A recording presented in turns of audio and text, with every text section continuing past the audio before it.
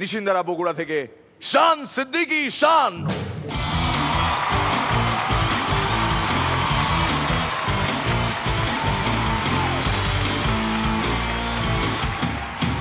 আসসালামু আলাইকুম।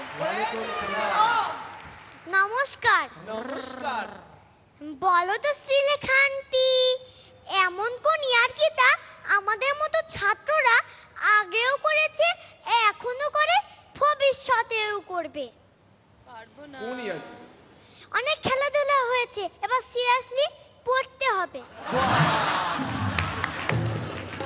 হাবলুর মা হাবলুকে বলল, হাবলু তুই 5 টাকার কয়েনটা গিলে ফেলেছিস কেন? যাক বাবা, তুমি তো স্কুলে যাবার সময় 5 টাকার কয়েন দিয়ে বললে এই নে টিফিন করিস। এক রিপন আর এক রিমনকে বলছে, আচ্ছা দাঁত তুলতে কত নেয় রে? 200 টাকা। কেন, যাবি নাকি? না, মাথা খারাপ, তার চেয়ে বরং চল বক্সিং খেলি। আমাদের গেদু চাচা গেদু একটা দোতলা বাড়ি বানিয়েছেন। উপর তলায় হলুদ রং করেছে, নিচের তলায় লিখে দিয়েছে উপর তলার মতোই। আমাদের ক্লাস টিচার গুঞ্জনা মিস হাবলুকে বলল, হাবলু তুমি কি কোনো বড় যুদ্ধের ঘটনা জানো? জানি মিস, কিন্তু মা বাড়ির কথা বাইরে বলতে নিষেধ করেছে। আমি স্টেক আঙ্কেলকে বললাম, আঙ্কেল তোমার ছোটবেলায় কোনো ইচ্ছা পূরণ হয়েছে? অবশ্যই। ছোটবেলায় মা যখন জোর করে চুল আসতো, মনে মনে ভাবতাম, আহা মাথায় একটাও যদি চুল না থাকতো। আজীব। আমাদের পাড়ায় নাটক হচ্ছে, হঠাৎ রাবণ সীতাকে অপহরণ করবে বলে সাইকেল নিয়ে এসেছে। সীতা তো ভয় রামচন্দ্রকে ফোন করেছে। রামচন্দ্র শুনে বলল, তুমি কোনো চিন্তা করো না সীতে, তোমাকে অপহরণ করলেও বেশি দূর নিয়ে যেতে পারবে না, পেটে ডবল ক্যারি করতে পারে না। আমাদের গেদু চাচা সন্ধ্যা ছোট্ট এক হোটেলে উঠলেন। রুমে ঢুকে দেখলেন পাশের সেট এক মৌলভী সাহেব বসে আছে।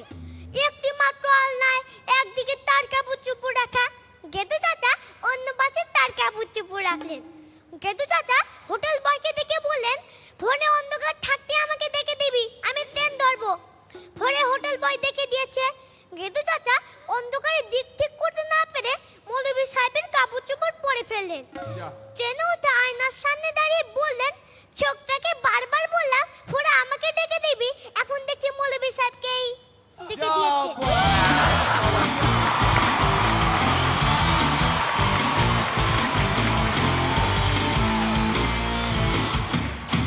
টিটোদা। হ্যাঁ রে চিংড়ি, খুব ভালো হয়েছে। তবে দু একটা কথা আমি বলি, এই যে জোকস বলতে গেলে ইত্যাদি এগুলোতে সবসময় চিৎকার করে যে বলতে হবে তার কোনো মানে নেই। নর্মাল ভয়েসে বললেও ভালো লাগবে। হ্যাঁ, আর সব কথার শেষে একটা সুর আসছে, ও বলল অমুক করলো, এইগুলোকে বাদ দিতে আরম্ভ কর, দেখবে অনেক ভালো হবে। আর তুমি তো চিংড়ি, অনেক দূর যাবে তুমি, খুব মজা লেগেছে, খুব ভালো, very good very good. Sreelekha. শক্ত হয়ে দাঁড়িয়ে রয়েছে, একটু রিল্যাক্স করো। খুব ভালো লাগছে দেখতে, খুব ভালো হয়েছে, তোকে দেখতে খুব সুন্দর লাগছে।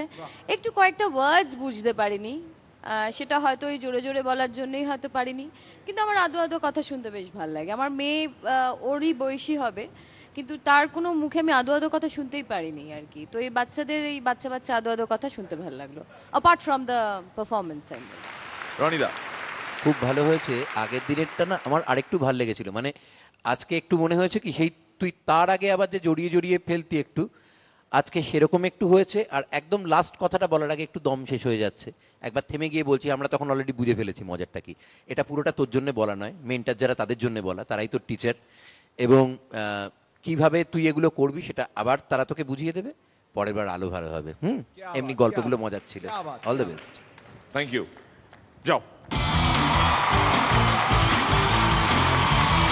Miracle.